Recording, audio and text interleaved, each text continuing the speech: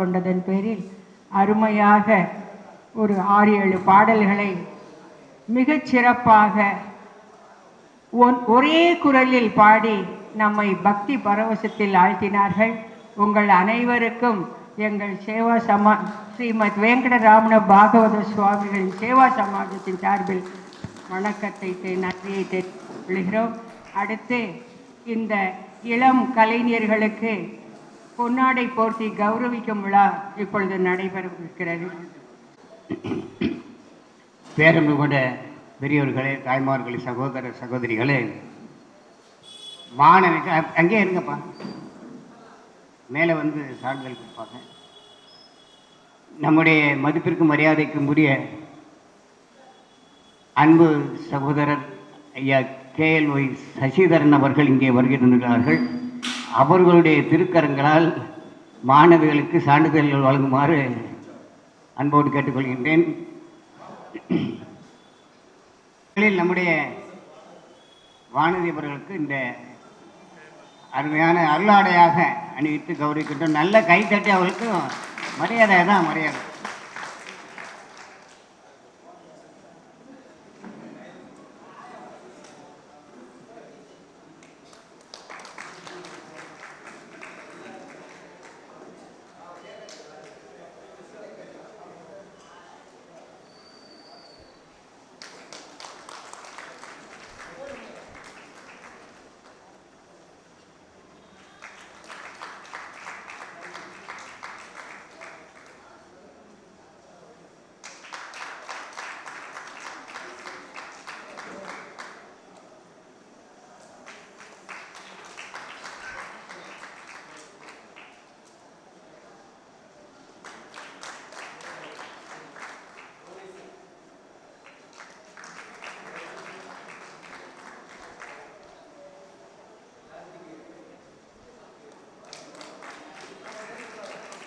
இந்த நல்ல நிகழ்ச்சியை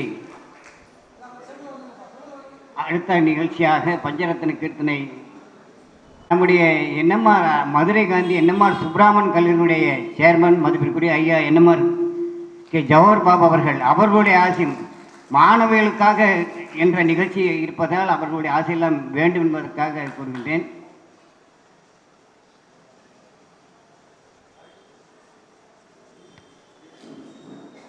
இதே போல இந்த மாணவ செல்வங்கள் மிகச்சிறந்த இசை மேதைகளாக வர வேண்டும் என்று குரு அவர்களை வேண்டிக் கொள்ளுகிறோம்.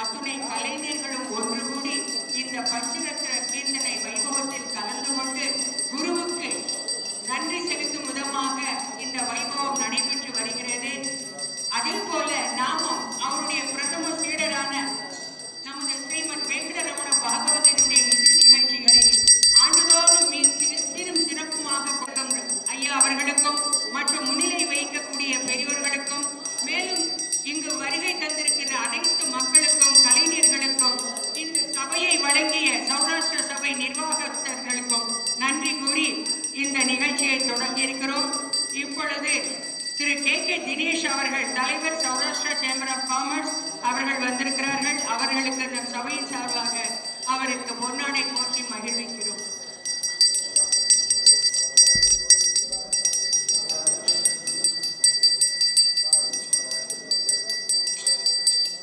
நன்றி.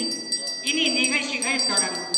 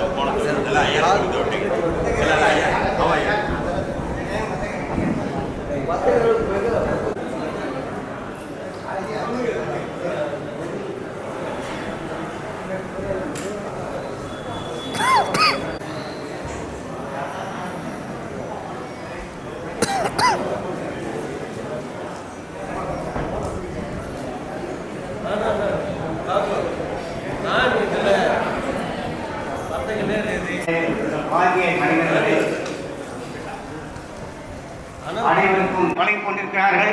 அவர்களுக்கு நம்முடைய தலைவர் ரவீந்திரநாத் அவர்கள் இந்த அருளாடை அறிவித்து கௌரவிக்கின்றார்கள்.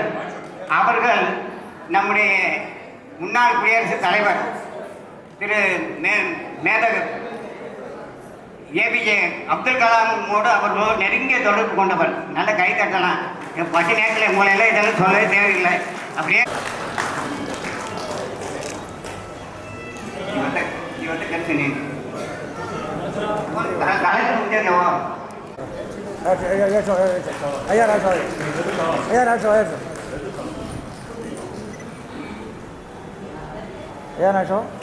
அடுத்தபடியாக நம்முடைய புரோகித வைதிக மகாத்மா நம்முடைய தலைவர் அவர்கள் கர்நாடக அமைத்து கௌரவிக்கின்றார்கள்.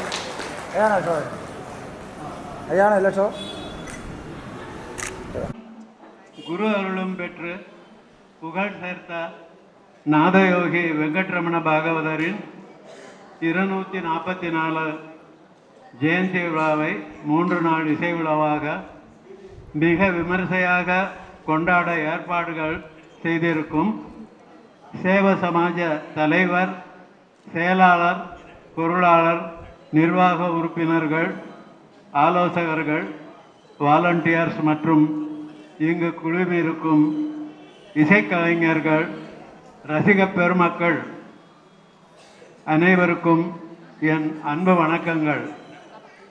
2025வது ஆண்டு புத்தாண்டு வாழ்த்துக்கள்.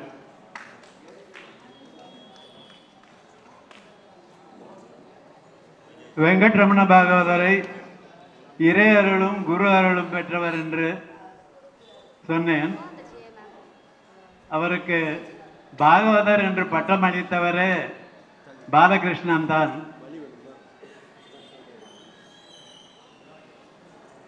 சத்குரு நாதயோகி தியாகையர் அவர்கள் அன்புக்கும் ஆசீர்வாதத்துக்கும் பாத்திரமானவர்.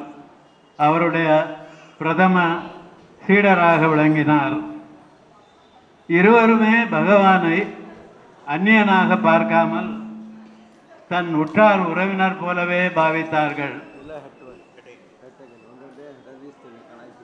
தங்கள் நிறை குறைகளை பகவானிடம் பகிர்ந்து கொண்டார்கள். பகவான் கிருஷ்ணர் பகவத்கீதையில் உபதேசிக்கிறார்,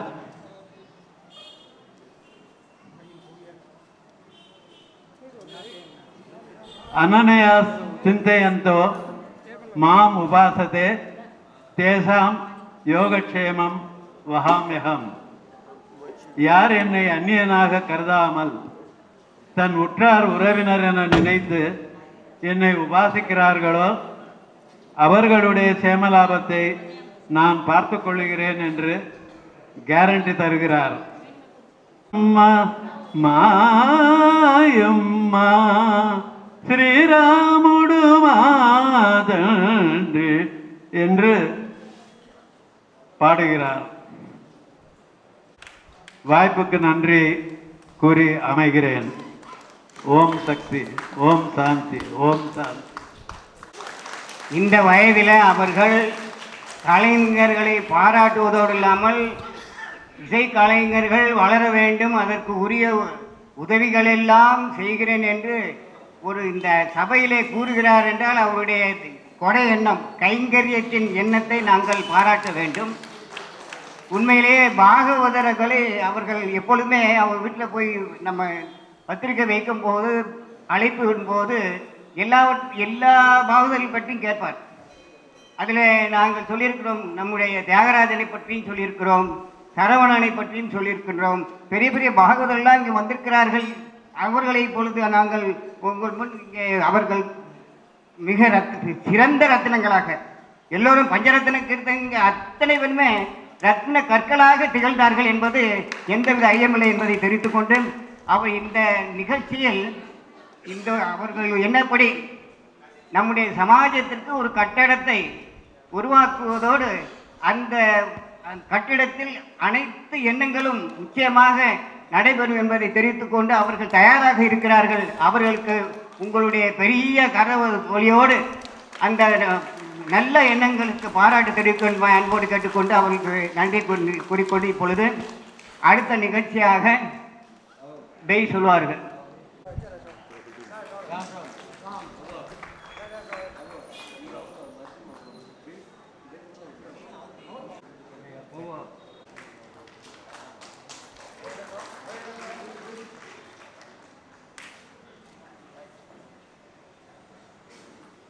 செழுஞ்சொல் சிகாமணி அவர்களுடைய தலைமையில் திரு ஆர் பரசுராம் அவர்கள் தலைமையில் இந்த நிகழ்ச்சி நடக்க இருக்கிறது.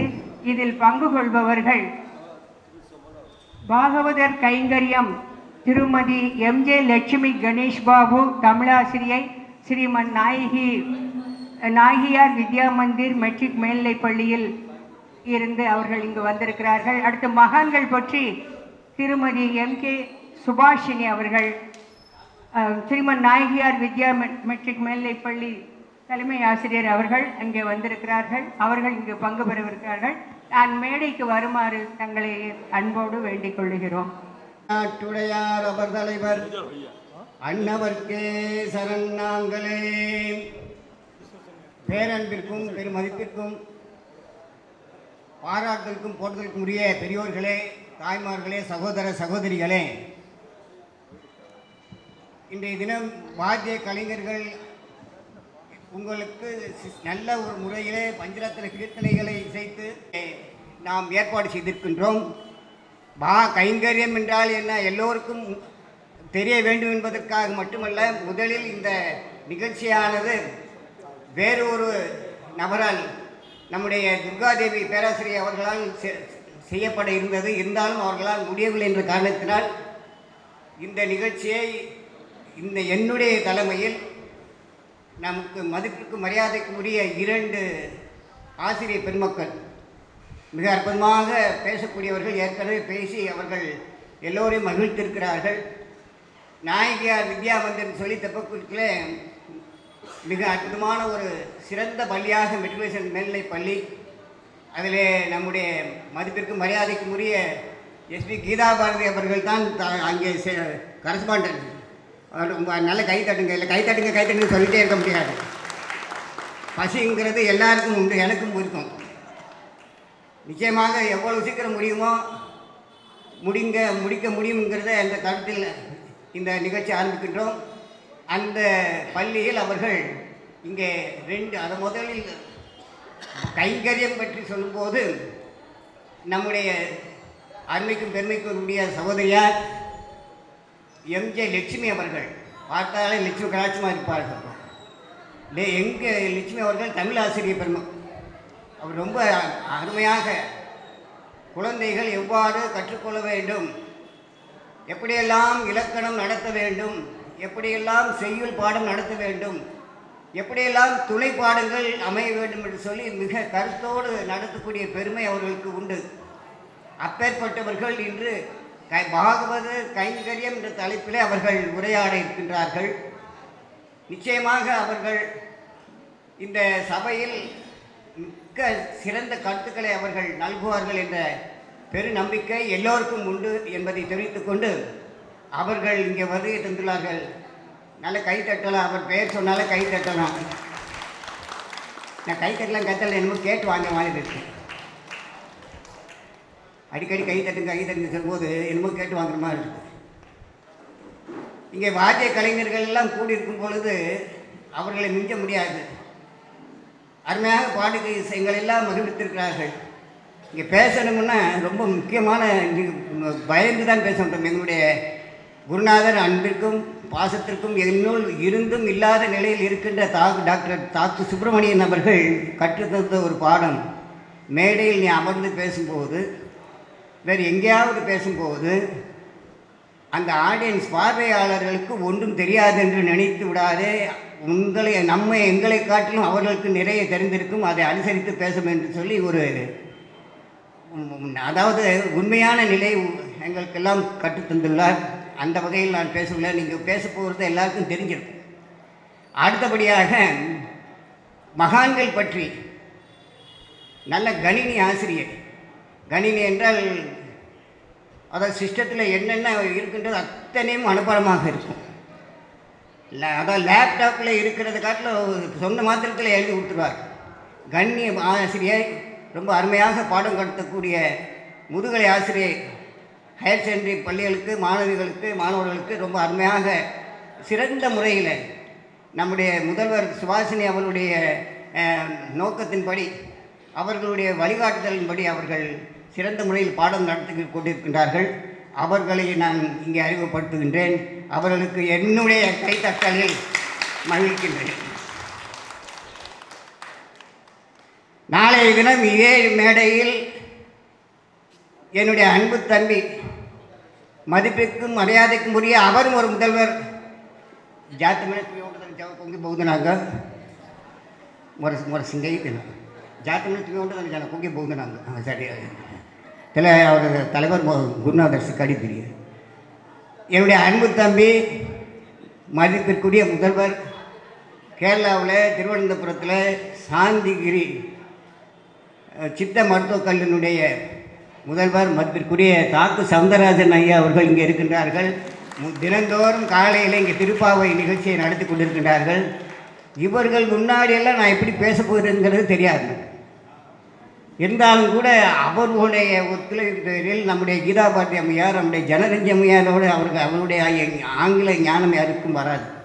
அவர்கள் முன்னாடி நான் பேசுகின்றேன் என்றால் அது எனக்கு கிடைத்த ஒரு பாக்கியமாக கருதி மிக சுருக்கமாக எவ்வளவு சீக்கிரத்தில் முடிக்க முடியுமோ முடிக்கிறேன் என்று கூறிக்கொண்டு, கைங்கரியம் என்றால் என்ன?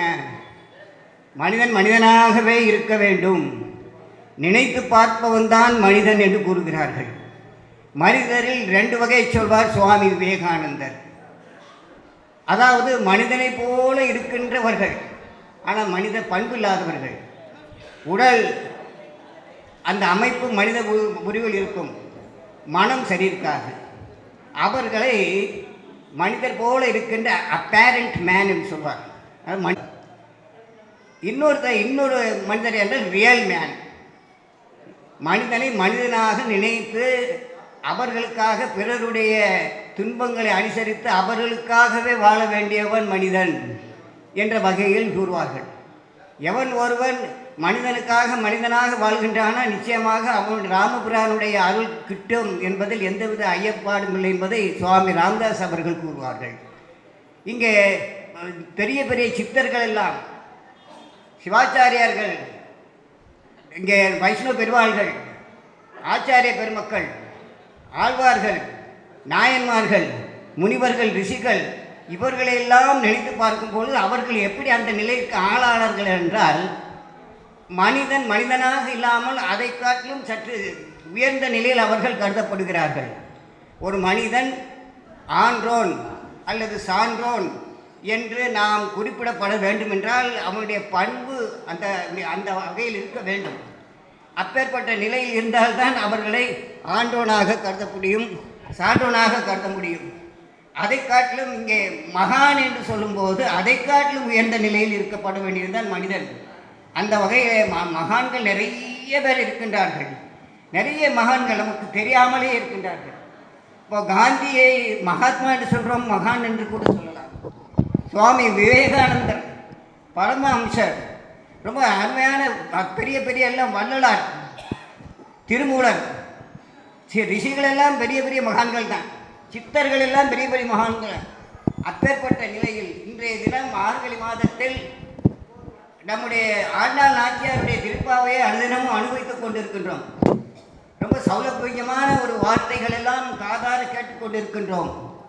மனதிற்கு நிம்மதி ஏற்படுகின்றது. அப்பேற்பட்ட நிலையில் நாம் வாழ்ந்து கொண்டிருக்கின்றோம். நம்முடைய வெங்கடமண பாகவதரை பற்றி இவர்கள் அந்த பாகவத கைங்கரியம் என்றால் என்ன, மகா கைங்கரியத்தில் மகான்கள் எவ்வாறு இருந்தார்கள் என்பதை பற்றி எல்லாம் பேசியிருக்கின்றார்கள். அதாவது இந்த கைங்கரியம் அப்படிங்கிறதுல நான் பயமுறுத்துவதற்காக சொல்லவில்லை. நாயகி சுவாமிகள் ரொம்ப அருமையாக சொல்வார்கள். காசு பணம் சேர்ந்து விட்டால் மட்டும் போதாது. சுப்பிரமணியன் ஐயா இப்போ கொஞ்ச நேரத்துக்கு முன்னாடி பேசினார். நன்கொடை தருவதற்கு நான் தயாராக இருக்கிறேன், நீங்கள் தயாரா? நாங்கள் ரெடி, நீங்கள் ரெடியான்னு கேட்குறார். நாங்கள் ரெடி, நீங்கள் ரெடியான்னு சொல்லி அந்த சன் டிவியில் தான் உங்களுக்கு தெரியுமே தவிர இவருடைய ரெடியை நீங்கள் அறிய மாட்டீர்கள். அவர் தயாராக இருக்கிறார். எப்பேற்பட்ட நிலையில் இருக்கிறார்? ஒரு கட்டடத்தை உருவாக்குங்கள். உடனே நம்முடைய தலைவர் ரவீந்திரநாத் வந்து கொஞ்சம் அப்படியே உடம்பு அசைச்சுக்கிட்டார். காரணம் என்னென்னா, ஒரு ஊக்கம் வந்துருக்கு, அதான் உணர்வு வந்து விடுகிறது. உருவாக்குங்கள், கலைஞர்களை உருவாக்குங்கள். பக்கத்தில் நம்ம தியாகராஜன் முனைவை வைத்துக்கொண்டு உருவாக்க முடியவில்லை என்றால் என்ன எது செய்ய முடியும்? என்னுடைய அன்பு தம்பி கூட பிறவாத என்னுடைய சரவணன் தம்பி அவரெல்லாம் பக்கத்தில் இருக்கும்போது ஏன் முடியாது?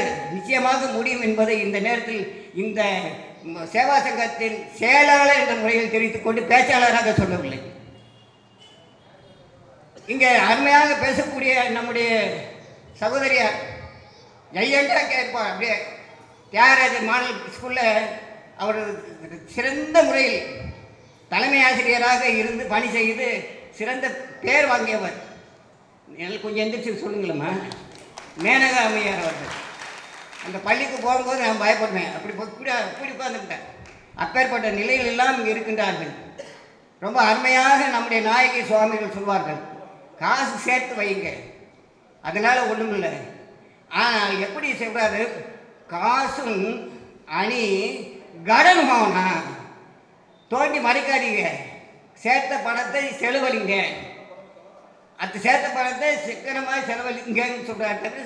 செலவழிங்க, அது தோண்டி எங்கேயும் புதைக்காதீர்கள், புதையலாக்காதீர்கள். கைங்கரியம் கரஸ்தெங்கோஸ் ஜெலுமாவுனா மறுபிறவி வேண்டுமா வேண்டாமான்னு சொல்லி இல்லை, சில பேர் வேணான்னு சொல்கிறாங்க. ஏன்னா சில பேர் உறுதி கொடுத்துருக்காங்க, அடுத்த பிறகு நீயும் நானும் தான் சொல்லி. அவர்கள் மனித பிறவி வேண்டாதவர்கள் இல்லை, வேண்டும் என்று கருதக்கூடியவர்கள். ஆனால் காசும் அணி கடன் போனா கைங்கரியம் கரஸ்தெங்கோஸ் ஜெலுமவுனா. கைங்கரியம் அந்த தர்ம காரியம், தர்மத்தை செய்பவர்களுக்குத்தான் அந்த மறுபிறவி கிடையாதுன்னு சொல்லி ரொம்ப அருமையாக கூறுவார். நம்முடைய அதாவது பகவான் ஒரு ஆற்றலை கொடுக்கின்றார், எல்லாருக்கும் ஒரு ஆற்றலை கொடுக்கின்றார். எல்லாரும் இந்நாட்டு மன்னர்னு சொல்வார்கள். மனிதன் எல்லாரும் தெரிந்து கொண்டான், வாழும் வகையும் புரிந்து கொண்டான். ஆனால் மனிதனாக இருக்க தெரிந்து கொள்ளவில்லை என்று சொல்லி ஒரு படம் நான் சின்ன வயசில் பார்த்த அழகு நிலா என்ற ஒரு படத்தில். அப்பேற்பட்ட கண்ணதாசன் பாடல்கள் எல்லாம் எங்களை ஊக்கம் தந்தது. கடமை இருக்க வேண்டும், குறிக்கோள் இருக்க வேண்டும். இந்த இரண்டும் தான் சுடர்கள், மனிதனுக்கு இரு சுடர்களாக இருக்கின்றது என்று சொல்லி சுவாமி அரவிந்தர் அவர்கள் கூறுவார்கள். எந்த நல்ல நிலையில் மிக கைங்கரியம் என்ற நிலையில் அவர்கள் இருப்பார்கள். மகான்கள் என்கிறது யார் என்பதை எல்லாம் மிக அற்புதமாக பேசக்கூடிய சுபாஷினி அவர்கள் இங்கே இருக்கின்றார்கள். லட்சுமி அம்மையார் அவர்கள் எப்போவுமே பணிந்து இருப்பார்கள், பணிவோடு இருப்பார்கள், ஆனால் துணிந்து பேசுவார்கள்.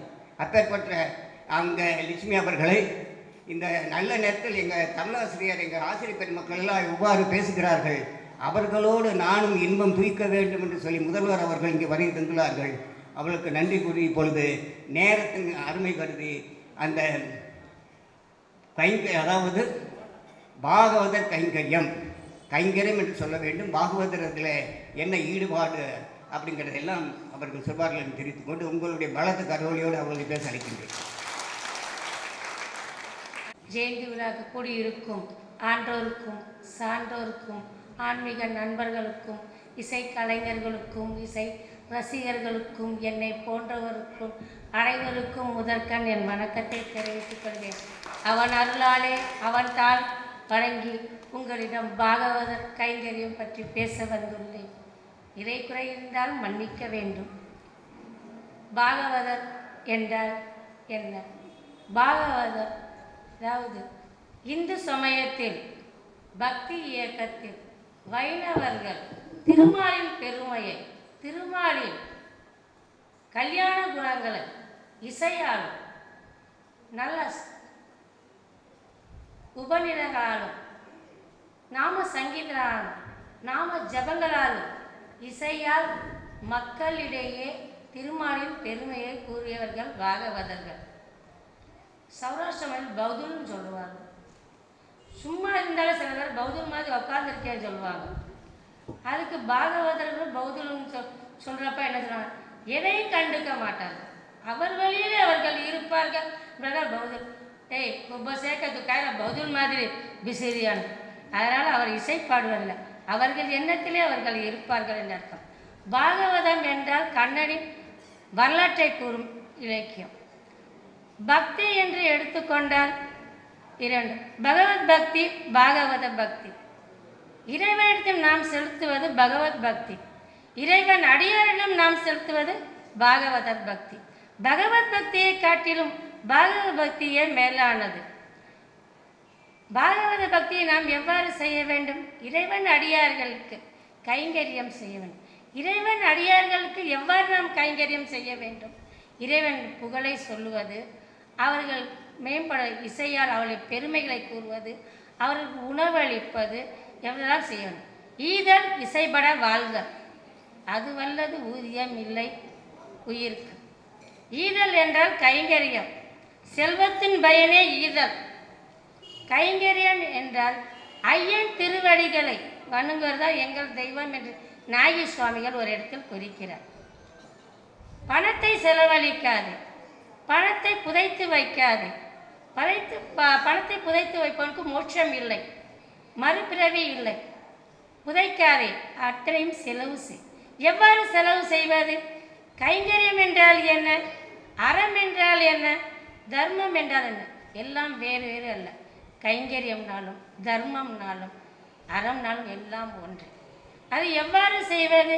செல்வந்தர்கள், செல்வம் படைத்தவர்கள் திருமாலுக்கு, அதாவது பகவானுக்கு கோவில் எழுப்பலாம், பகவானுடைய தேவையான எல்லாவற்றையும் செய்யலாம். அவர்களுக்கு தேவையான பகவான் பணிய வரும் பக்தர்களுக்கு, அடியார்களுக்கு உணவளித்தல், அதுக்கு போதிய வசதிகள் செய்தல், அதெல்லாம் செய்யலாம். பணம் இல்லாதவர்கள் என்ன செய்யலாம்? திருக்கோவிலை சுத்தம் செய்வது, அழகிடுவது, தோட்டத்தில் பூக்களை வளர செய்து அதனுடைய பராமரிப்பது, மலர்களை தொடுத்து இறைவனுக்கு மாலையார் சுத்தம், அவ்வாறு செய்யலாம்.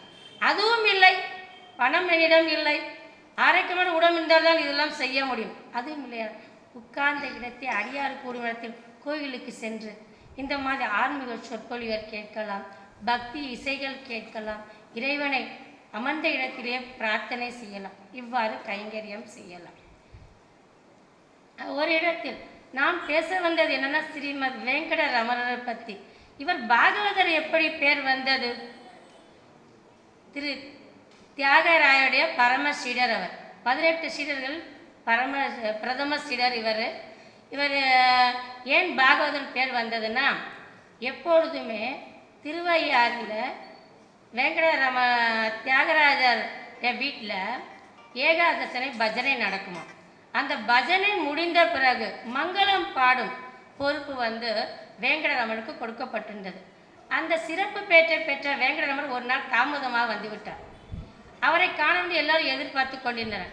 அப்பொழுது வெளியில் இருந்து ஒரு அழகிய பாலன் ஓடி இதோ வேங்கடரமன் பாகவதர் வந்து விட்டார், மங்களம் பாடி முடிப்பார் என்று கூறினாராம். அந்த பாலன் வீட்டுக்குள் செல்வதை பார்த்து தியாகராவுடைய மனைவியார் சொல்ல வரும்பொழுது திரும்பி பார்க்கையில் அந்த பாலன் மறைந்து விட்டார். அப்பொழுதுதான் புரிந்தது வேங்கடரமணன் தினமும் துதிக்கும் பகவான் கிருஷ்ணனே அந்த பாலனால் வந்ததென்று. உடனே அவர்கள் என்ன சொன்னார்கள், வருவதை எதிர்பார்த்து மங்களம் பாடி முடிப்பார், இதோ வந்து விட்டார் என்று சொல்லிவிட்டாரே. எல்லாரும் வேங்கடரமனுக்காக எதிர்பார்த்து கொண்டிருந்தார். அந்த நேரத்தில் வேங்கடரமணர் வந்து விட்டார். வேங்கடரமணர் பாகவதுலு என்று தியாகராஜர் கூட சாஷா வெட்டுண்ட மரம் போல சாஷாத் அவர் காலில் விழுந்து, ஐயன் தாமதமாக வந்ததற்கு பாகவதரே என்று என்னை போலியாக மரியாதையை கொடுத்து அழைக்கிறீர்களே என்று கேட்டதற்கு, சாட்சாத் நீ வணங்கும் கண்ணபுரானே உன்னை பாகவதர் என்று அழைத்து விட்டால் இன்று முதல் நீ வேங்கடரமணர் பாகவதர் என்று அழைக்கப்படுவாய் என்று கூறிய நாள் அன்று முதல் வேங்கடரமணர் பாகவதராக அழைக்கப்படார்.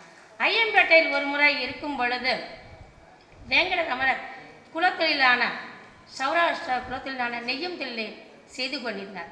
அவ்வாறு செய்து கொண்டிருக்கும் பொழுது தன்னிலை மறந்து கண்ணபிரானை பாடிக்கொண்டிருக்கும் பொழுது தறியில் இருந்து இலை தறி கட்டை கீழே விழுந்து விட்டது. அதை எடுத்து கொடுக்க கண்ணபிரானை எடுத்து கொடுத்ததாக கூறுவார்கள்.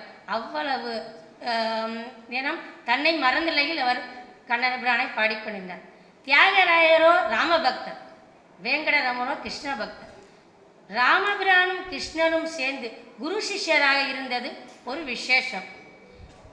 தியாகராயர் ஒரு வீட்டில் வேங்கடரமணர் எல்லா வேலைகளும் செய்வாராம். அவர் உடற்பயிற்சி ஹடகோபம் செய்வதால் உடல் கொஞ்சம் நல்ல ஹைட் அண்ட் வெயிட்னு சொல்லுவாங்களா, அது மாதிரி இருங்க. அதனால் தொந்தி வச்சிருந்தா கணபதி என்று எல்லாரும் அழைத்து ஒரு முறை பட்டை போட்டு விட்டார்களாம். அதில் அவர் ஏற்றுக்கொண்டு விட்டார். பந்தல், அதாவது கைங்கரியம் செய்ய வேண்டிய குரு என்ன சொன்னாலும் கேட்பார், எதையும் தட்டி கழிப்பது கிடையாது. ஒரு முறை குரு மனைவியார், அதாவது துணைவியார் கடுகு வாங்கி வரும்போதே வேங்கடரமணர் கூற அவரும் சென்று கடுகு வாங்கி வந்தார். வரும்பொழுது இந்த வியாபாரிகள் இந்த கஞ்சத்தனம் சிக்கனம் பார்த்து கடுகை கையில் கொடுத்துட்டாங்க. அதை ஏந்தி வந்தார், கீழே கொஞ்சம் சிந்திருச்சான். அது ஒன்று ஒன்றா பிறக்கி கொண்டு வந்து சேர்த்தாராம். இந்த குரு மாத்தாட்ட கொடுக்குறப்ப ஏன் லேட்டாக வந்ததுக்கு காரணம் சொன்னார். தாமதம் வந்ததுக்கு இப்படி சொன்னோடனே அவருடைய ஒரு பக்கம் பார்க்கும்போது குருவுடைய பொருளாதார சூழ்நிலைக்காக அவர் செய்தார்னு சொல்லலாம். எதையும் நாம் என்ன அது வீணாக்கக்கூடாது என்ற கருணையில் செய்தது. இன்னொரு முறை வெயில் காலத்தில் இந்த பந்தல் போடணுன்னு குரு சொல்லி திருவாரூர் சென்று விட்டார். குரு வருவதற்குள் வேங்கடரமணர் அவர் வீட்டிற்கு பந்தல் வேந்து விட்டார். அதற்கான காரணத்தை மனைவியார் கூற அதற்கான கிரைய தொகையை அவர் வாங்கவில்லை. அது குருவுக்கு அவர் செய்த கைங்கரியம். இன்னொரு முறை ஒரு வியாபாரி விவசாயி பெரிய நல்ல விளைந்த 8 பூசணி காய்கள் என் தோட்டத்தில் இருக்கிறது, அது குருவுக்கு காணிக்க நான் கொடுக்க விரும்புகிறேன், உங்களிடம் நன்மதிப்பு உள்ள ஒரு சீடரை அனுப்பு என்று கூற வேங்கடரமணரை தியாகராஜர் அனுப்புகிறார். ஒவ்வொன்றாக கொண்டு வந்தால் நேரம் வீணாகிவிடும். மேலும் வியாபாரிகளுக்கு என்னென்றால் அது விலை அதிகமாக கொடுக்க வேண்டும், விற்று விட்டால் குரு கைங்கரியம் செய்வதற்கு அவனுக்கு வேலை இல்லாமல் போயிடும். அதன் கருதி 8 பூசணிக்காயை அவரே ஒரே நேரத்தில் கொண்டு வந்தாராம். அதாவது உடல் அதை தாஷ்டியமான அண்டத்தை கொண்டு வந்து சிரமம் பார்க்காமல் கொண்டு வந்தார். அது அவர் குருவுக்கு செய்த ஒரு கைங்கரியம். இன்னொன்று என்னென்றால் தியாகராஜருடைய மகன் திருமணத்திற்கு ஒரு திருவுருவப்படம் அவர் அளித்தார். எல்லாரும் கல்யாணத்துக்கு என்ன செய்வோம், மணமகன் மணமகளுக்கு தேவையான பொருளும் வரும், தேவையில்லாத பொருளும் வரும்.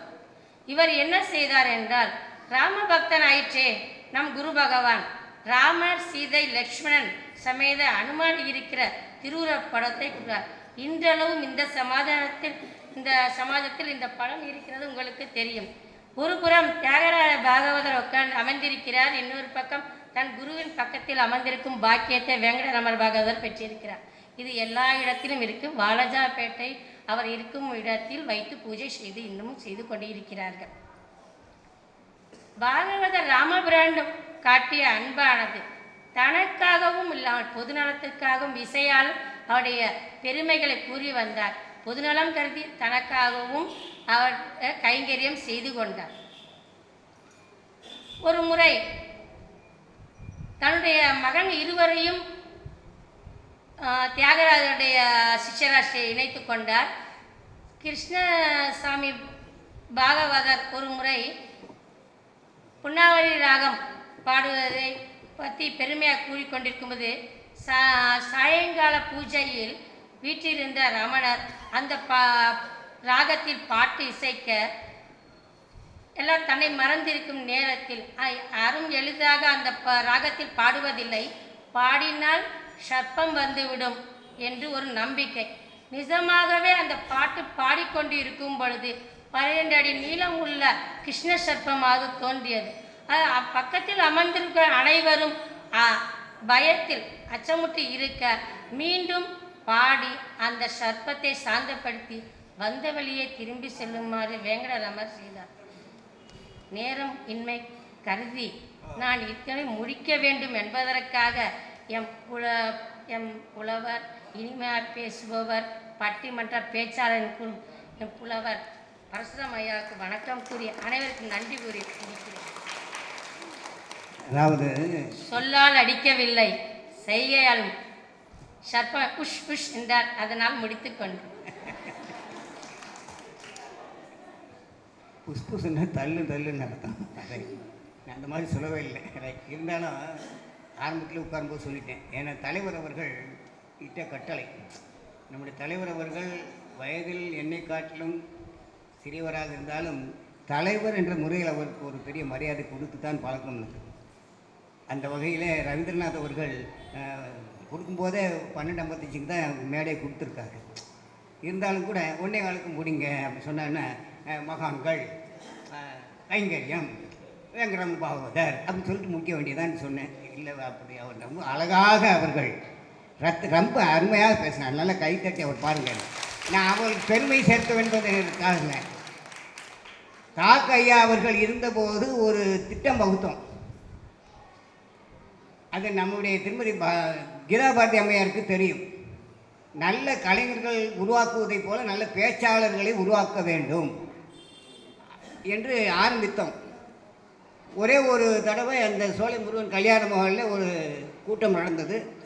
10-20 பேர் வந்தாங்க. அடுத்த கூட்டத்தில் 2 பேர் வந்தாங்க, 18 பேர் வரலை. அந்த மாதிரி இருந்ததுனால ஒன்றும் செய்ய முடியலை. அந்த வகையில் நான் சில சகோதரர்கள் பேச்சு வர வைக்க வேண்டும், அவர்களுடைய பேச்சு திறனை வளர்க்க வேண்டும் கருதி உருவாக்கியிருக்கின்றேன். அந்த வகையில் லட்சுமி அவர்கள் மிக அருமையான முறையில் ரத்தின சுருக்கமாக பாகவதருடைய கைங்கரியம் குருவுக்கு எப்படி இருந்ததுன்னு சொல்லி மிக அருமையாக பேசினார்கள். செல்வத்து பயன் ஈதலே, இன்றைக்கி நம்முடைய டிஆர் சுப்பிரமணியன் ஐயா அவர்களுக்கு உரிய வார்த்தை அது. செல்வத்து பயன் ஈதலே அப்படின்னு சொன்ன மாதிரி அவருக்கு ரொம்ப அருமையாக பேசினார்கள். அடுத்தபடியாக மகான்களை பற்றி அவர்களும் சுருக்கமாக பேச வேண்டும் என்று நான் சொல்லவில்லை, நிர்வாகர்கள் கூறியிருக்கிறார்கள். அவர்கள் சுருக்கமாக சொன்னாலும் விரிவாக சொன்னாலும் கம்ப்யூட்டரில் அவர் கம்ப்யூட்டர், அதனால் கம்ப்யூட்டரில் போட்டவர்கள் டக் டக்குன்னு வந்துடும். அது மாதிரி வேகமாக பேசாமல் சிறந்த கருத்துக்களை அவர்கள் கூறுவார்கள் என்று கூறி உங்களுடைய பலத்த கரோலியோடு பேச அளிக்கின்றேன். பேச வந்திருக்கின்ற அருமை சகோதரியார் சுபாசினி. ரைட், பேசுங்க. குரு பிரம்மா குரு விஷ்ணு குருதேவோ மகேஸ்வரக குரு சாட்சாத் பரபிரம்மா தஸ்மை ஸ்ரீ குரவே நமக. இங்கே இருக்கும் அனைத்து பெரியோர்களுக்கும் வணக்கத்தை தெரிவித்துக் கொள்கிறேன். என்ன காரணம் இல்லை, நேரம் இல்லாதனால என்னால் எல்லாமே சொல்ல முடியல. எங்களுக்கு ஊக்குவித்து இந்த ஒரு வாய்ப்பை கொடுத்த எங்களுடைய ஐயாவுக்கும் நான் நன்றி தெரிவித்துக் கொள்கிறேன். இப்போ எனக்கு கொடுத்த டாபிக் என்னென்னா மகான். நம்ம என்ன நினைப்போம், மகான்னா யார், நீங்கள் எல்லாரும் என்ன நினைக்கிறீங்கன்னு எனக்கு தெரியலை. ஆனால் பொதுவாக என்ன நினைக்கிறோம் அப்படின்னா, மகான் அப்படின்றவங்க தனியாக பிறந்து தனியாக வளர்ந்து அவங்க ஏதோ கடவுள் அனுப்பிச்சி வச்ச குழந்தை அப்படின்னு நினைக்கிறோம். அது உண்மை கிடையாது. மகான் அப்படின்னு சொல்கிறது நம்மளை தான் மகான் அப்படின்னு சொல்கிறாங்க. என்ன காரணம்னா, கோடிக்கணக்கான மக்கள் இருக்கிற இடத்துல சிலர் மட்டும் குறிப்பிட்டு மகானாக மாறுறாங்க. என்ன காரணம், எப்படி அவங்க மட்டும் மகான் அப்படின்னு பேர் வாங்குறாங்க? என்னைக்காச்சும் யோசிச்சிருக்கீங்களா? நம்ம கூட தான் அவங்க பிறக்கிறாங்க, நம்ம கூட தான் வளர்கிறாங்க, ஆனால் அவங்க மட்டும் எப்படி மகானாக மாறுறாங்க அப்படின்றது யோசிச்சிருந்தீங்கன்னா உங்களுக்கும் தெரிஞ்சிருக்கும் என்ன காரணம்னு. நம்மளும் மகான் ஆகலாம். அதற்கு முக்கியமான சில காரணங்கள் இருக்குது. அவங்க என்ன செஞ்சாங்கன்னா, இறைநிலை அடைஞ்சு இறையுடைய இடத்துலையே, அதாவது இறை வழிபாடு, இறைநிலை அடைகிறதுன்றது ஒரு சாதாரண விஷயம் கிடையாது. அதை அடைகிறதுக்கு அவங்க ரொம்ப கஷ்டப்பட்டு அந்த இடத்துக்கு போய் சேர்ந்துருக்காங்க. அதனால் அவங்க ஒரு பெரிய மகானாக மாறினாங்க. இப்போ நம்ம ஸ்ரீமத் வெங்கடரமண பாகவதர் இருக்கார். அவருடைய ஐயா யாருன்னா ஸ்ரீமத் தியாகராஜர். அவர்கிட்ட போய் தன்னுடைய அந்த கீர்த்தனைகள் கற்றுக்கிறதுக்கு இந்த குரு நல்லா சொல்லி கொடுப்பாரு அப்படின்னு அவர் மனசுக்கு தோணுனால இவர்கிட்ட போய் கீர்த்தனை கற்றுக்கணும் அப்படின்னு அவர் ஆர்வமாக இருந்தார். கிட்டத்தட்ட 2 வருடம் அவங்க வீட்டுக்கு வெளியே நின்று அவர் வந்து காலையில் என்ன பண்ணுவார்னா அவங்களோட தந்தைக்கு வந்து பண்ண வேண்டிய பணிவிடைகள்லாம் செஞ்சுட்டு மாலையில் வந்து நின்று கேட்பார். உள்ளே வந்து மாணவர்கள் எல்லாருமே வந்து கீர்த்தனை பாடிட்டு இருப்பாங்க. இவர் 2 வருடம் நின்று கேட்டுகிட்டே இருந்தார். ஒரு நாள் வந்து ஸ்ரீமத் தியாகராஜருடைய மனைவி வந்து நீங்கள் இந்த மாதிரி நின்றுருக்கீங்க, யார் என்ன ஏதுன்னு விசாரிக்கும் போது நான் வந்து ஐயா கிட்ட கீர்த்தனை கற்றுக்கணும் அப்படின்னு நினைக்கிறேன் அப்படின்னு விஷயம் சொல்லும்போது, சரி உள்ளே வாங்க அப்படின்னு கூட்டிகிட்டு போகிறார். கூட்டிகிட்டு போய் அவர்கிட்ட அறிமுகம் செஞ்சு தன்னோட அந்த ஆர்வத்தை சொன்ன உடனே அவரும் சீடனாக ஏற்றுக்கிட்டு அவரை வந்து கிட்டத்தட்ட 26 வருடங்கள் அவர்கிட்ட கீர்த்தனை கற்றுக்கிட்டாரு. கீர்த்தனை அப்படின்றது சாதாரண விஷயம் கிடையாது. ஒருத்தவங்க பாடினதை படித்து தெரிஞ்சு நம்ம பாடுறதுக்கும் நம்மளாக சுயமாக எழுதுறதுக்கும் நிறைய வித்தியாசம் இருக்குது. அந்த ஞானம்தான் கடவுள் கொடுக்குற ஒரு பெரிய விஷயம். அதனால தான் அவங்களும் மகானாக மாறுறாங்க. ஸோ இப்படிப்பட்ட ஒரு விஷயம் வந்து ஒவ்வொருத்தருக்கும் அற்புதமாக நடந்திருக்கு. அதில் நம்ம குரு கிட்ட வந்து ஒரு சீடன் எவ்வளவு பொறுமையாக இருந்து ஒரு விஷயத்தை கற்றுக்குறாங்களோ அவங்க வாழ்க்கையில் வந்து ஒரு பெரிய மகானாக மாறுறாங்கன்றது இது ஒரு விஷயமாக நம்ம எடுத்துக்கலாம். இது சொல்லும்போது மகாபாரத கதாபாத்திரத்தில் ஏகலைவன் ஒரு கதாபாத்திரம் இருக்குது. உங்கள் எல்லாருக்குமே தெரிஞ்சிருக்கும். அவர் என்ன செஞ்சாருன்னா, குரு துரோணருக்கு வந்து எல்லா வித்தையுமே தெரியும். சரி, அவர்கிட்ட போய் கற்றுக்கலாம், நம்ம வில்வித்தையில் வந்து சிறந்தவரை வரலாம் அப்படின்னு சொல்லிட்டு அவர் நினச்சாரு. ஆனால் போய் கேட்கும்போது அவர் என்ன சொல்கிறாருன்னா, அவர் சத்தியருக்கு மட்டும்தான் சொல்லிக் கொடுப்பாங்க, சத்திரியர்களுக்கு. அதை நான் அவர் வந்து வெளிக்காட்டாமல் எனக்கு சீடர்கள் நிறையா பேர் இருக்காங்க, நேரம் இல்லை எனக்கு சொல்லிக் கொடுக்க அப்படின்னு திருப்பி அனுப்பிச்சார்.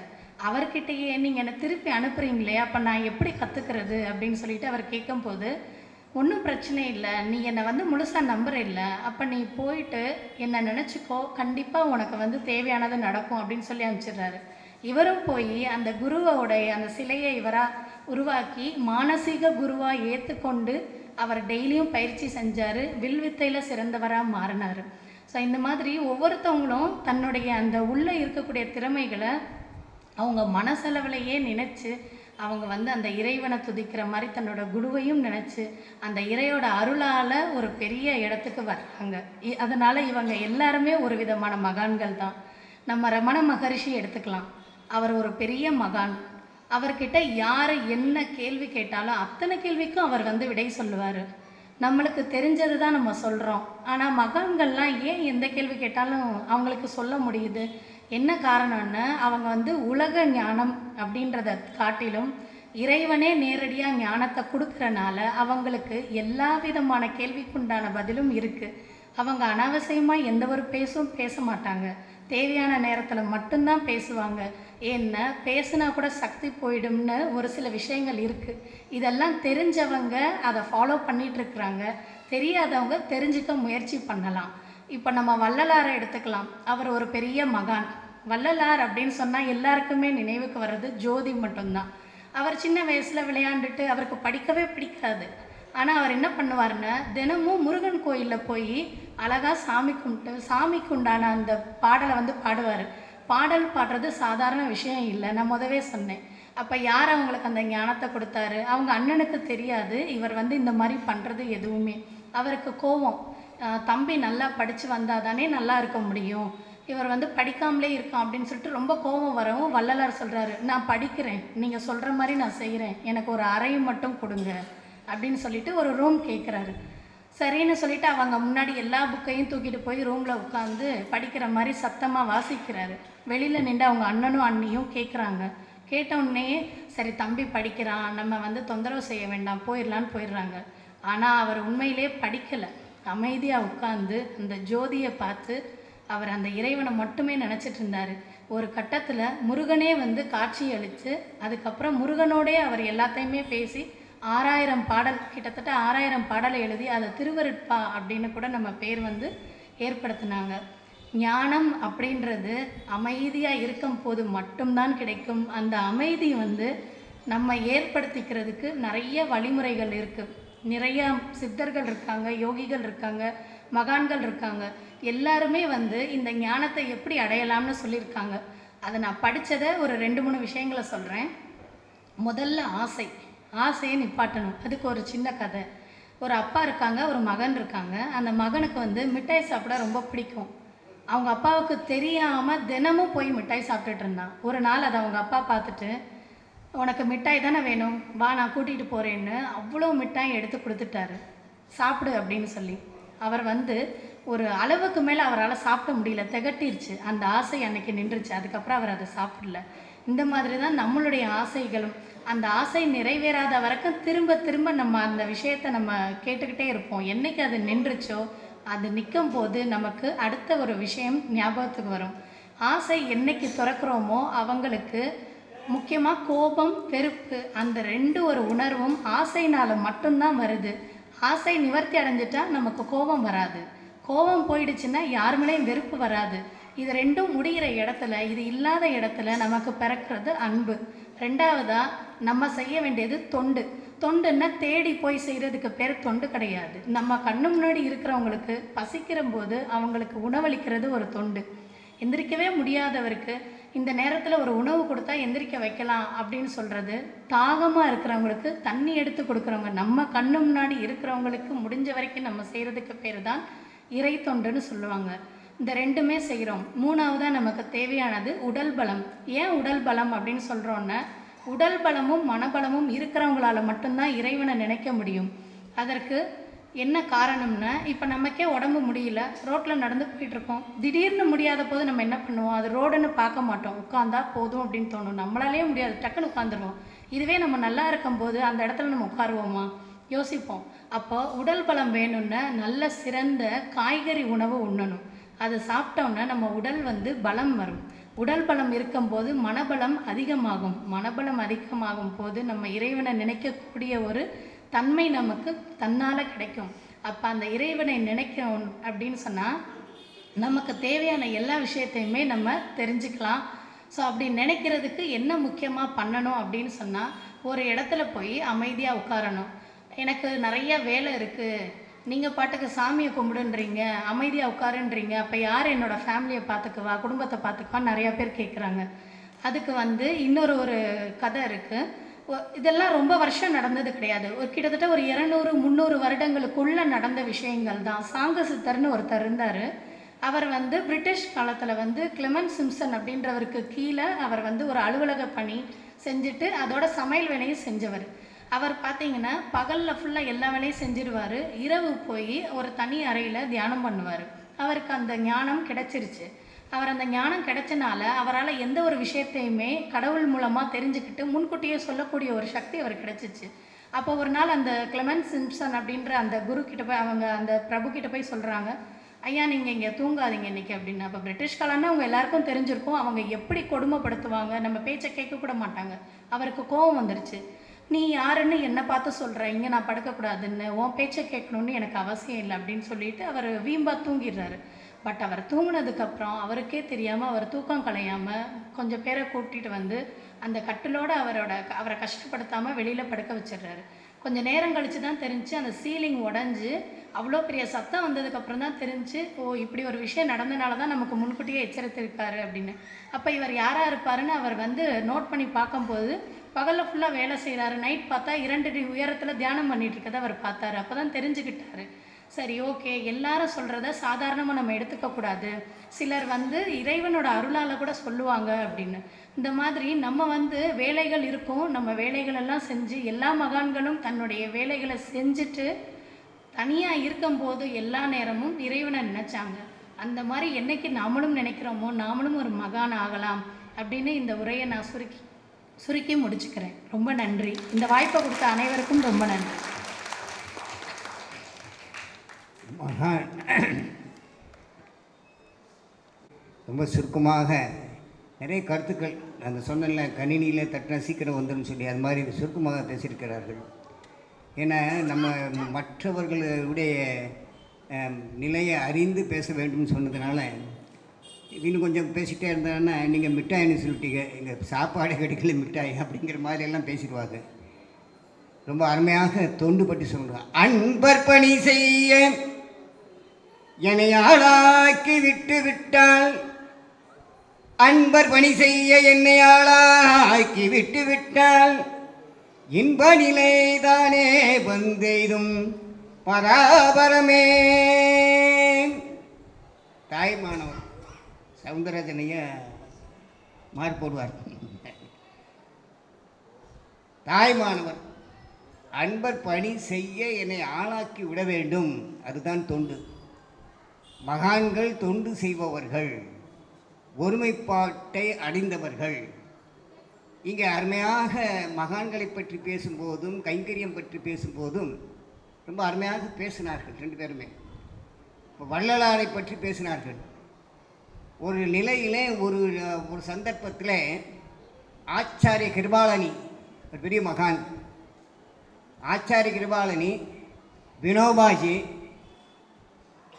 காந்தி, மகாத்மா காந்தி 3 பேரும் சேர்கின்ற ஒரு நிலை, ஒரு காட்சி. சபர்மதி ஆசிரமத்திலே காந்தியடிகள் இருக்கின்றார். ஆச்சாரிய கிருபாலனி அவர் எங்கேயோ அலைந்து மனம் நொந்து அவருடைய ஆசிரமத்துக்கு வந்து காந்தியிடம் கேட்கின்றார். மனம் ஒன்றுபடவில்லை, ஒருமைப்பாடு படவில்லை, ஒன்றிய மனம் அமைய என்ன செய்ய வேண்டும் ஒன்றுமே புரியவில்லை என்று சொல்லி காந்தியிடம் கேட்கின்றார் கிருபாலனி. காந்தி சொன்னார், இதை பற்றி எனக்கு ஒன்றும் தெரியாது, சரியாக தெரியாது. வெளியே வினோபா இருக்கின்றார், வினோபா பாபாஜி இருக்கிறார், அவரிடம் சென்று கேள் என்று சொன்ன உடனே வெளியே வந்து வாசலில் உட்கார்ந்து பார்க்கும்போது வினோபாஜி அவர்கள் மும்முரமாக ஒரு புத்தகத்தை கையில் எடுத்து படித்து கொண்டிருந்தார்கள்.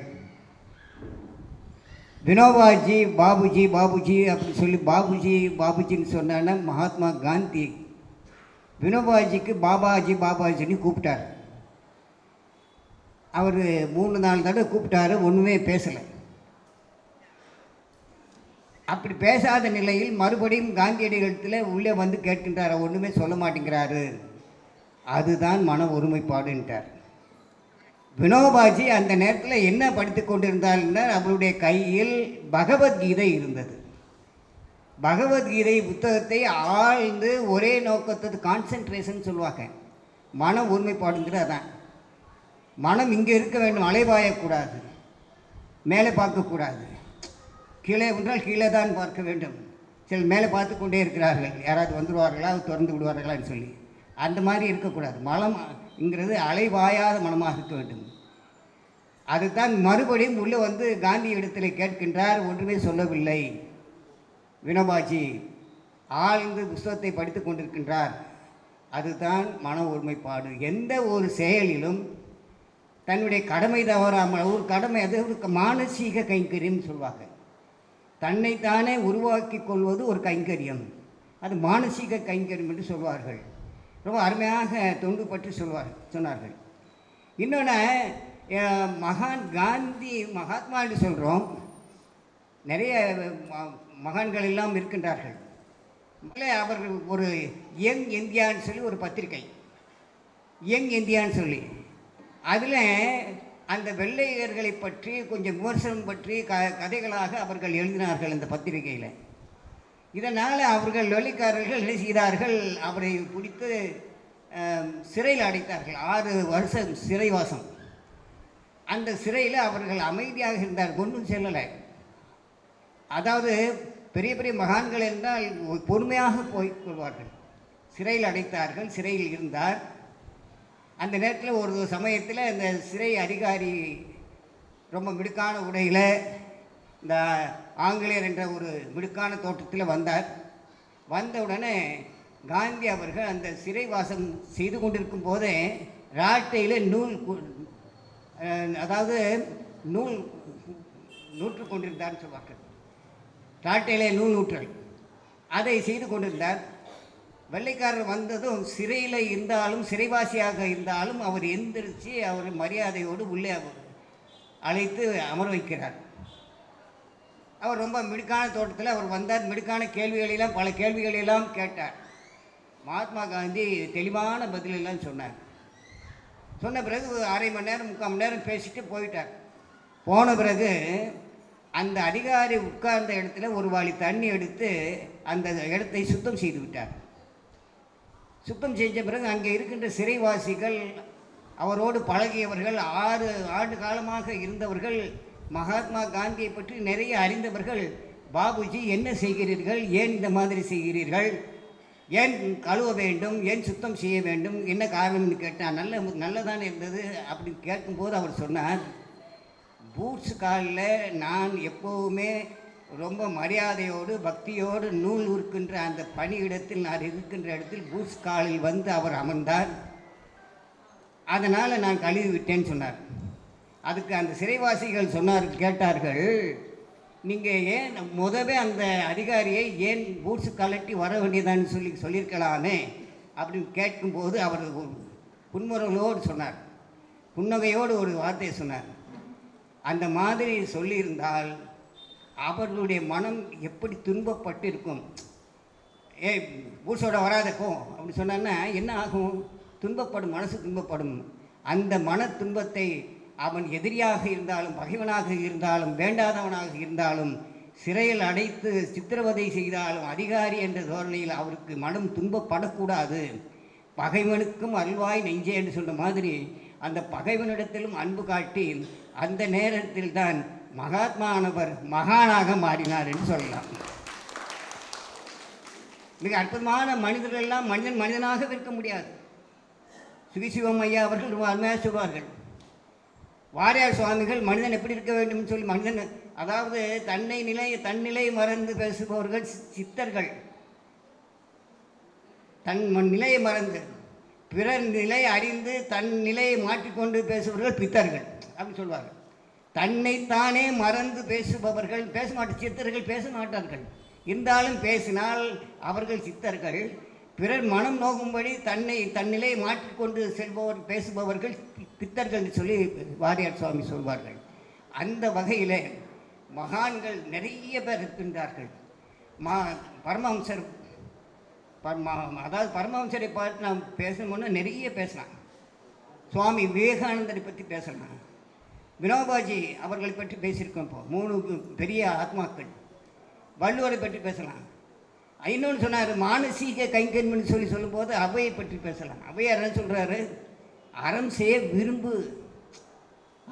விரும்புங்கிறார். தர்மம் செய்ய நீ பழகிக்கொள், அது போதும். தர்மம் செய்வதற்காக நீ நினை, அறம் செய்ய விரும்பு அப்படி சொன்னா அறம் செய் என்று சொல்லி வற்புறுத்தவில்லை. அறம் செய்ய விரும்பு என்று சொல்லும்போது அது ஒரு கைங்கரியம்.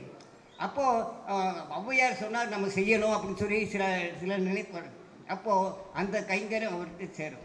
அப்போது சின்ன வார்த்தைகளால் சின்ன செய்திகளால் பயனுள்ள செய்திகளை தருபவர்கள் சித்தர்கள், ரிஷிகள், முனிவர்கள் இவர்களெல்லாம் நம்முடைய இடத்திலிருந்து மாறுபட்ட நிலையில் அவர்கள் இருக்கின்றார்கள். மகான்கள் இத்தனை பெரிய மகான்கள் எல்லாம் இருக்கின்றார்கள். அவர்களை பேசுவதற்கு இப்போது முடியாது. தாய் தன் பெற்றோரிடத்தில் மகன் செய்கின்ற ஒரு உதவி பெரிய பரோபகாரம். இந்த பரோபகாரம் இல்லை என்றால் வாழ்க்கையே இல்லை.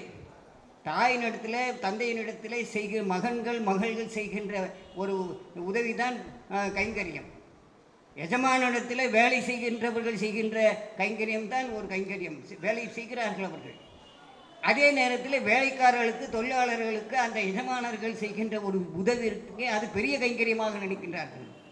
உண்மையிலே தொழிலாளிகள் அந்த எஜமானிடத்தில் அவர்கள் வேலை பார்க்கும்போது தன்னுடைய ஆர்வத்தை மட்டும் காட்டுவார்கள் தவிர கர்வத்தை காட்ட மாட்டார்கள். என்ன இருந்தாலும் எங்களுடைய முதலாளின்னு சொல்வார். எங்கள் முதலாளி நல்ல முதலாளி அப்படின்னு சொல்லி அவர்கள் இப்போ பேசுவார்கள். அப்பேற்பட்ட எஜமானர்களிடத்தில் வேலைக்காரர்கள் செய்வது கைங்கரியம். வேலைக்காரர்களுக்காக எஜமானர்கள் நினைத்து உதவுவது கைங்கரியம், அது ஒரு கைங்கரியம்.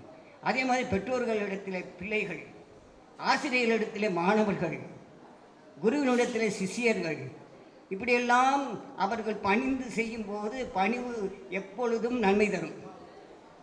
எப்பொழுதும் அதாவது நம்ம வள்ளலாரை பற்றி அவர்கள் பேசினார்கள். அவருடைய அதாவது எந்த நேரத்திலும் எப்பொழுதும் தயை அப்படிங்கிற வார்த்தைக்கு உரியவர், மரணமில்லா பெருவாழ்வு கண்டவர். அப்பேற்பட்ட வள்ளலாரை பற்றி அவர் பேசினார்கள். நிறைய எழுதி வச்சாங்க, நிறைய சொல்லணும்னு நினச்சாங்க, முடியலை. ஏன்னா இங்கே முடியலைன்னு நம்ம பேசிகிட்டே இருந்தாலும் உங்களால் முடியாது, உட்கார்ந்துக்க முடியாது என்பதை தெரிவித்து கொண்டு நாளைய தினம் நாமெல்லாம் பேசுகிறது சின்ன ஒரு தூறல். நான் பேசுகிறதில் ஒரு பெரிய சின்ன தூறல். இதே நேரத்தில் நம்முடைய அம்மையார் கீதா பாரதி அவர்கள் பேசினால் அது பெரிய இன்பம் தரக்கூடிய மலை பெரிய அதாவது இன்னும் நம்முடைய சுந்தரராஜன் ஐயா பேசினான்னா இடியுடன் கூடிய மிதமான மலை பெருமலையாக இருக்க போகிறது என்பதை தெரிவித்துக்கொண்டு நாளை அதை அனுபவிப்போம் என்று தெரிவித்துக்கொண்டு எங்களுக்கெல்லாம் ஒரு வேண்டுதல், இந்த பேச்சாளர் என்ற முறையில் நான் கேட்கவில்லை, இந்த சமாஜத்தின் செயலாளராக இப்பொழுது ஒரு வேண்டுகோள், அனைவரிடத்திலும் பக்தி கொள்ளுங்கள், பக்தி இல்லையில் முக்தி இல்லை என்பதை தெரிவித்துக்கொண்டு சரியாக 1:30 மணி முடிக்க சொன்னார். ஒரு 5 நிமிடம் காலதாமதமாக்கி விட்டது என்று தெரிவித்துக்கொண்டு எந்திரிக்காத கிருபானந்த வாரியார் நிறைய பேசிட்டே இருப்பார். பக்கவாத்தியத்தில் என்ன செய்வார்னா மிருதங்க செய்வார், சீக்கிரம் முடிங்கன்னு சொல்கிறதுக்காக ஒரு 10 அப்படி சொல்லி ஒரு தட்டுவார். அந்த மாதிரி எங்களுடைய தலைவர் அவர்கள் நான் முடிக்கிறதுக்கு முன்னாடியே கையை தட்டி சீக்கிரம் முடிங்கையா அப்படி சொல்லாத மாதிரி சொல்ல அந்த நல்ல உள்ளங்களுக்கு பாராட்டி இதே மாதிரி நிகழ்ச்சி எப்பொழுதும் ஆண்டுதோறும் நடக்க வேண்டும், அதற்கு அவர்கள் உத்தரவு தர வேண்டும், அனுமதி தர வேண்டும் கேட்டுக்கொண்டு அமைதியாக என்னுடைய வார்த்தை மட்டுமல்ல, இந்த 2 பெரிய ஆசிரியர் பெருமக்களுடைய வார்த்தைகளை செவிமடுத்து கேட்டு இன்புற்ற அனைவருக்கும் நன்றி பாராட்டி அமைகின்றேன். நன்றி, வணக்கம். இங்கே அமர்ந்திருக்கிறவர்கள் அத்தனை பேரும் ஆடாமல் அசையாமல் இருந்து அதாவது காது கொடுத்து நன்கு கேட்டார்கள். பசி மயக்கம் இல்லை, உண்மையிலே அவர்கள் சொன்ன ஆழ்ந்த கருத்துக்கள் எல்லோருடைய மனதையும் ஈர்த்தபடியினால மிக அமைதியாக இருந்து கேட்டார்கள். அந்த வகையில் உங்களுடைய பேச்சு மிக சிறப்பாக ஆழமான கருத்துக்கள் கொண்டதாக, அநேகமாக இவர்கள் மிக சிறப்பான பேச்சாளர்களாக வருவார்கள் போல் தெரிகிறது. இந்த 2 ஆசிரியர்களும் இவர்களை தேர்வு செய்த நம்முடைய கீதாபாரதி மேடத்துக்கு நல்ல ஒரு வணக்கத்தை தெரிவித்துக் கொள்கிறேன். இப்பொழுது அமைதியாக இருந்து உணவருந்த செல்லலாம் என்று கேட்டுக்கொள்கிறேன்.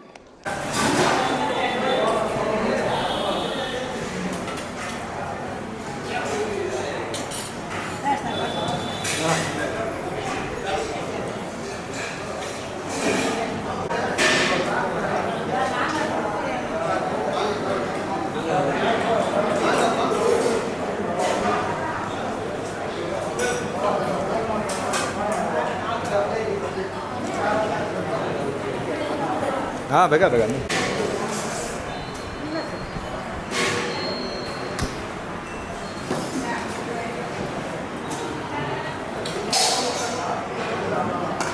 Thank you.